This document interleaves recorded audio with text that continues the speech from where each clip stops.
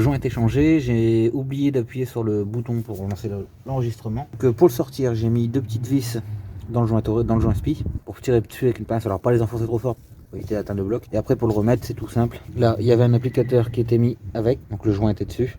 Une fois qu'il est un peu rentré aux 3/4 dedans, il s'enlève tout seul.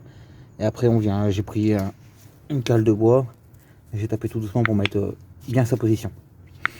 Donc maintenant que ça c'est fait, on va pouvoir remettre la pompe à eau en place. Donc avant de mettre la pompe à eau, on va la préparer. Donc quand je dis préparer, là j'ai pris un chiffon, je suis bien nettoyé mon plan de joint. Pareil de l'autre côté, il est nickel. Et là maintenant je vais venir mettre de la pâte à joint tout le tour, donc une légère couche pour dire que le joint colle. Ne m'embête pas pour le remettre.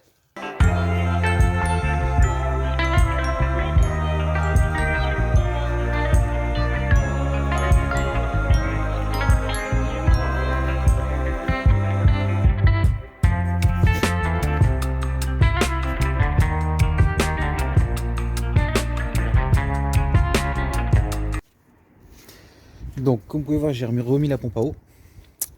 Vu que j'ai eu un souci de batterie, mon téléphone il y avait 30%, d'un seul coup il s'est éteint. Bon, là il a 0%, donc j'espère que ça marche. Donc du coup j'ai mis un peu de pâte à joint comme je vous ai montré au début. Ensuite j'ai remis le joint, j'ai remis la pompe à eau, j'ai serré au couple. Donc une passe à 5 Newton et une passe à 9 Newton. Donc là maintenant ensuite on va remettre le galet fou avec sa vis. Et lui le serrage il est à 37 Newton. C'est parti.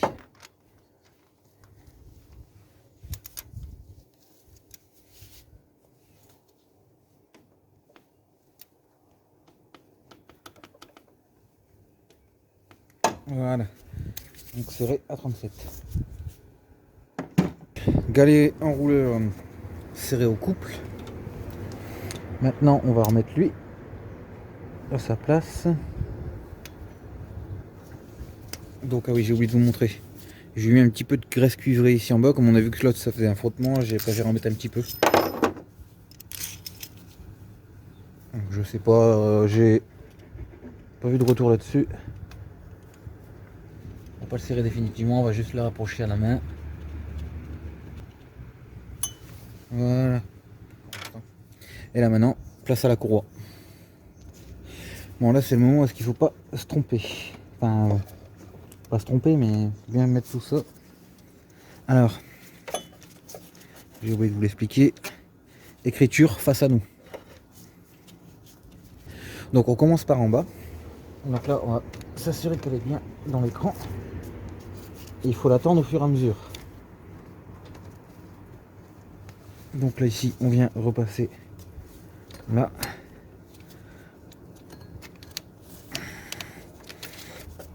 Tout en tendant. Alors j'ai raté, j'ai lâché. Bon, la voilà en place. Alors la mettre en filament, surtout quand c'est dans le compartiment moteur, c'est compliqué. Mais pour bien faire, vous mettez votre courroie en bas pour la passer. Le petit, je vous montre après, ça fait un genre de butoir, je vais appeler ça comme ça, qui va l'empêcher de bouger. Vous remettez ça, donc c'était pas marqué comme ça dans le doc, mais bon, j'ai fait comme ça. Ensuite, on tend bien au fur et à mesure qu'on monte, on passe le galet enrouleur, on passe à la Racam, l'injection, on met pas tout de suite ici, on met la pompe à eau, et ensuite on met le galet tendeur. Pour la tension, alors sur cela c'est très simple, je vais essayer de vous montrer, là, donc vous voyez là ici il y a la patte en métal, qui est sur sur cette petit bout d'alu là, et en fait ici, il y a une toute petite patte qui sort du galet tendeur. C'est une patte de tension pour régler la tension. Alors là, hop, là on est juste bien. C'est pour ça qu'il fallait pas bloquer notre galet tout de suite.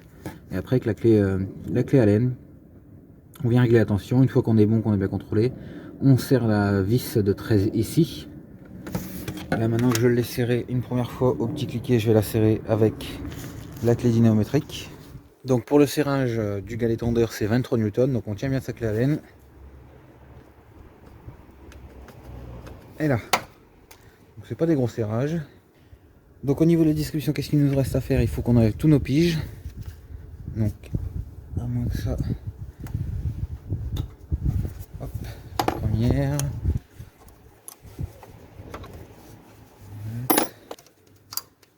Voilà. Et maintenant ce qu'on va faire, c'est qu'on va devoir faire nos tours moteurs. Donc dans la revue technique c'est marqué 10 tours. Donc on va faire 10 tours.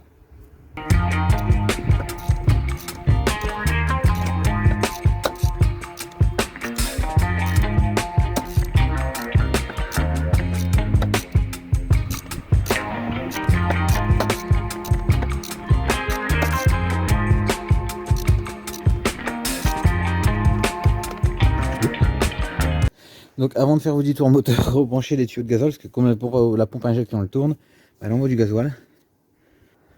Bon, on nettoiera ça après. Donc j'ai fini les 10 tours moteur.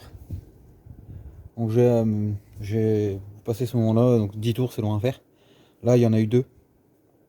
Donc je vais faire les 8 autres et on se reprend à la fin. Bon alors j'ai fait les 10 tours moteur. J'ai plus de batterie puis c'est noir donc j'ai pas pu vous filmer. Une fois les 10 tours moteur fait, j'ai bien pu remettre toutes mes piges. Hop, voilà on est. Je vais essayer de vous filmer. On est en face. Je les ai enlevés. J'ai fini ça hier soir. Là maintenant aujourd'hui je vais attaquer par resserrer cette vis ici de la butée, le courroie, et remettre le capteur.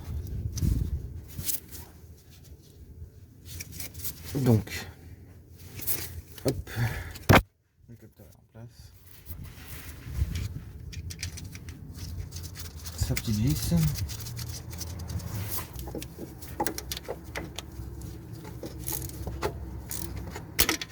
Hop là. Bon, une fois que c'est serré, maintenant on va le serrer au couple. Pour la butée 5. Et l'autre, il n'y a pas de couple. Alors je vais serrer pareil à... Ouais, je vais serrer à 5, 6. Et voilà pour le bas. Donc maintenant on va pouvoir remettre nos carters plastiques de distribution. Bon, je vais commencer par remettre le carter inférieur. Donc j'ai voulu ça, vous allez voir le descendre normalement.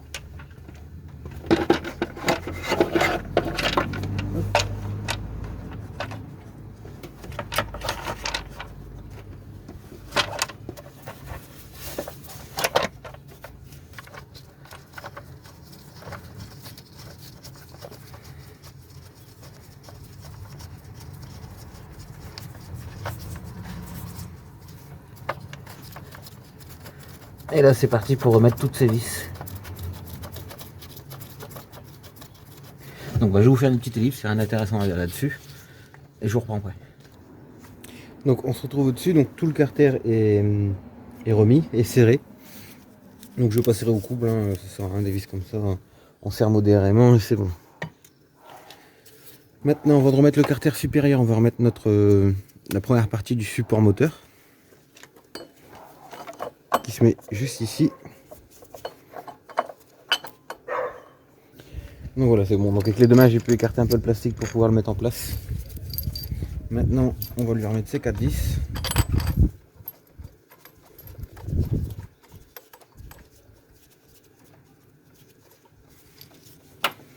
Donc il y en a deux. Là ici, l'une en dessous de l'autre. Une ici. Je sais plus si je vous l'avais montré au démontage. Dans le pire des cas, je vous le remontre. Et celle-ci. Celle-ci elle est un peu plus chiante d'accès.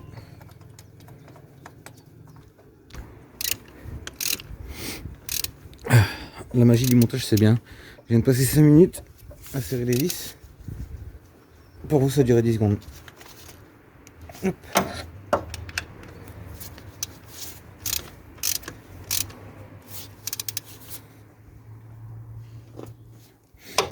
Donc là j'ai pas trouvé le serrage au couple pour le support moteur. Donc je vais faire 100. Là. Voilà. Voilà. Donc maintenant on va pouvoir remettre le morceau du dessus, donc le support en lui-même, deuxième partie du support. Hop.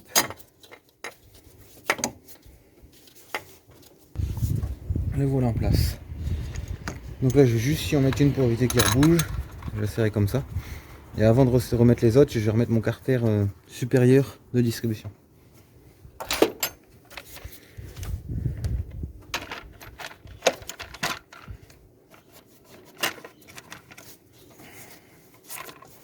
Alors.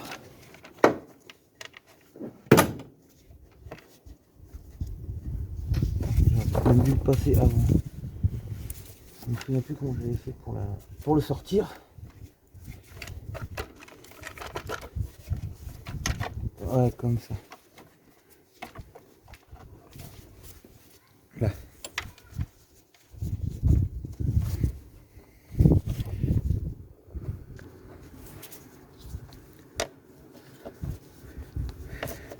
Et voilà pour le carter supérieur.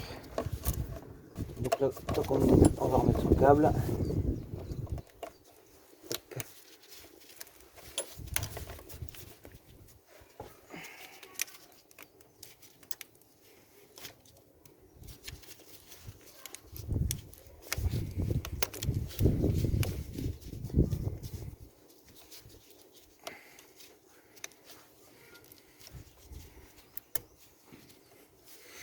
Voilà pour le faisceau.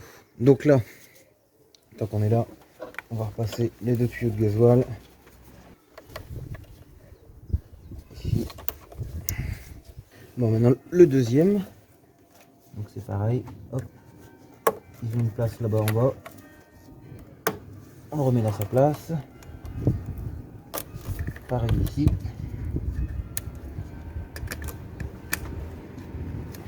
Maintenant on va pouvoir remettre nos vis de support moteur.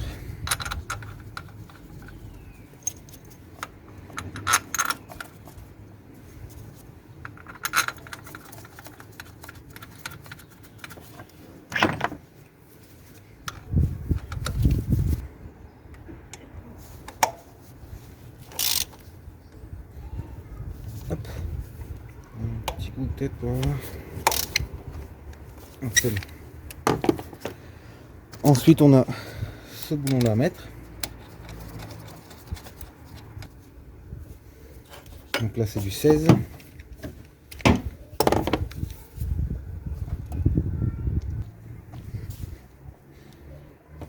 Voilà. Ensuite on a le petit truc au caoutchouc. Donc alors lui pour le serrer, je vais essayer de prendre avec une pince parce que j'ai pas la bonne douille. Donc pour pas y aller trop fort, c'est du caoutchouc.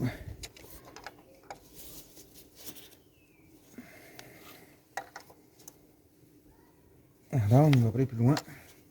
Dans la suite des choses, la petite patte noire qui vient ici. Avec ces deux boulons de 13.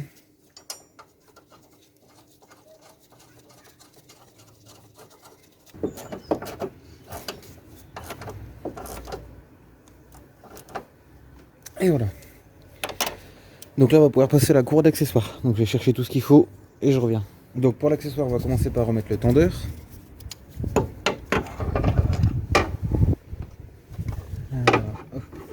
J'ai dû passer le vis. Le plus chiant c'est de passer les premiers filets. Et après ça va tout seul. Bon voilà, je l'ai serré au couple.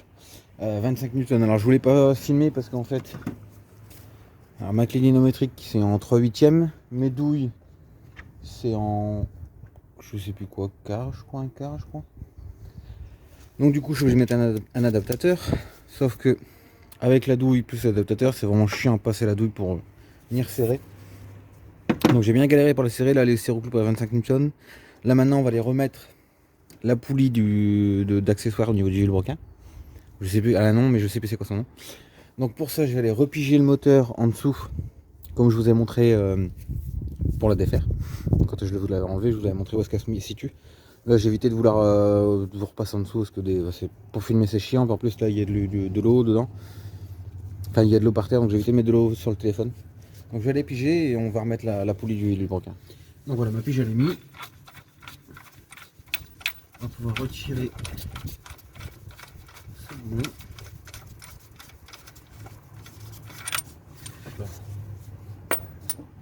Maintenant on va remettre notre poulie. Donc on ne peut pas se tromper, il y a une rainure. La rainure elle va ici.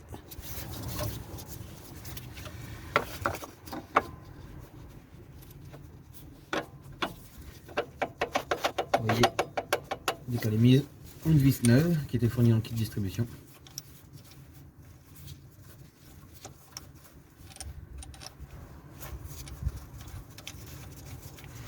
Alors là, après pour le serrage, première phase de serrage à 35 Newton, deuxième passe à 190 degrés. Donc la première passe.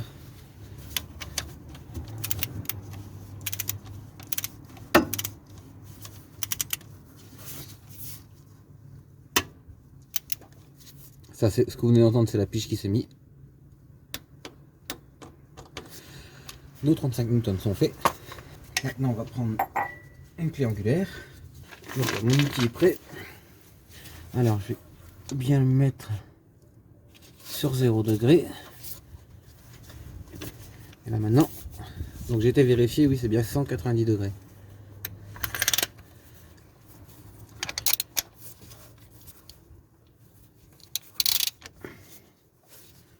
Donc là, avec la caméra, avec le téléphone. Enfin que je vous décale, je vais faire peut-être hors vidéo, comme ça j'aurai plus gros bras de levier et je vous montre le résultat. Bon, la voilà serrée au couple et à l'angle. Donc on est bien à 190 degrés. Je vais vous dire que le boulon va pas être de ses barres. Hein. Bon, maintenant on va remettre la courroie d'accessoires. Donc je vais vous mettre au-dessus. Donc j'ai été vérifié avant sur mon schéma. Je vais la passer. Oh, je le mets à l'envers. Comme ça, je vais aller la mettre en dessous.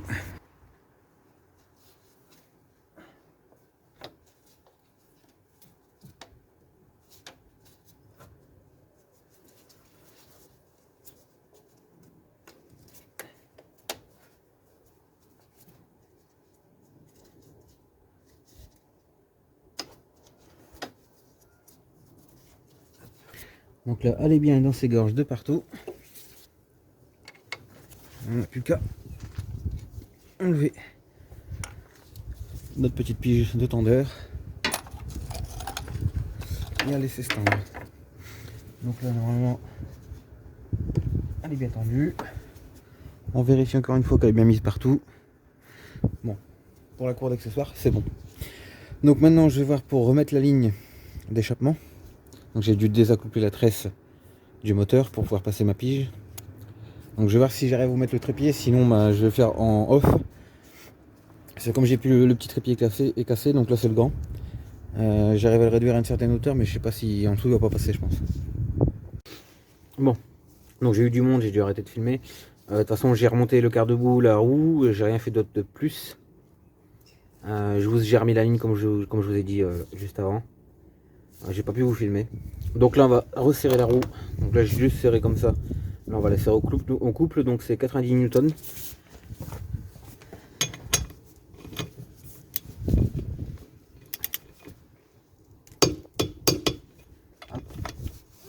Et toujours en croix.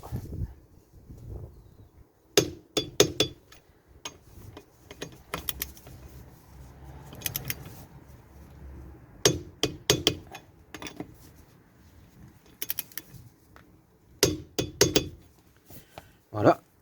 Maintenant, on va pouvoir lui remettre son petit dangereux.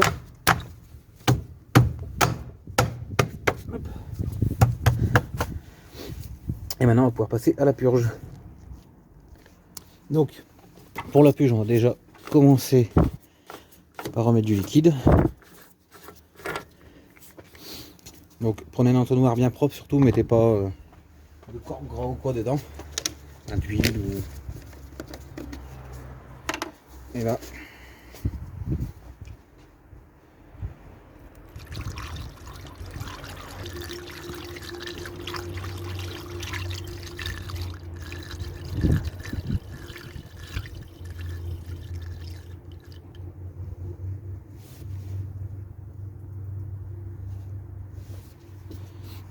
Donc là en même temps je vais ouvrir la purge.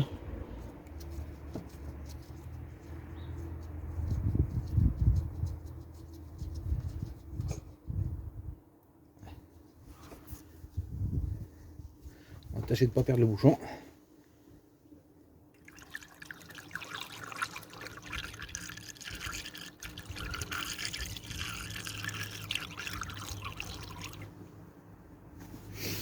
Bon bah je vais faire le remplissage parce que j'ai plus beaucoup de place dans le téléphone. Et je vous reprends une fois que c'est fait. Donc voilà, donc le moteur tombe très bien. Là maintenant on va faire son premier cycle de refroidissement. Donc c'est marqué, il faut rester à 1500 tours.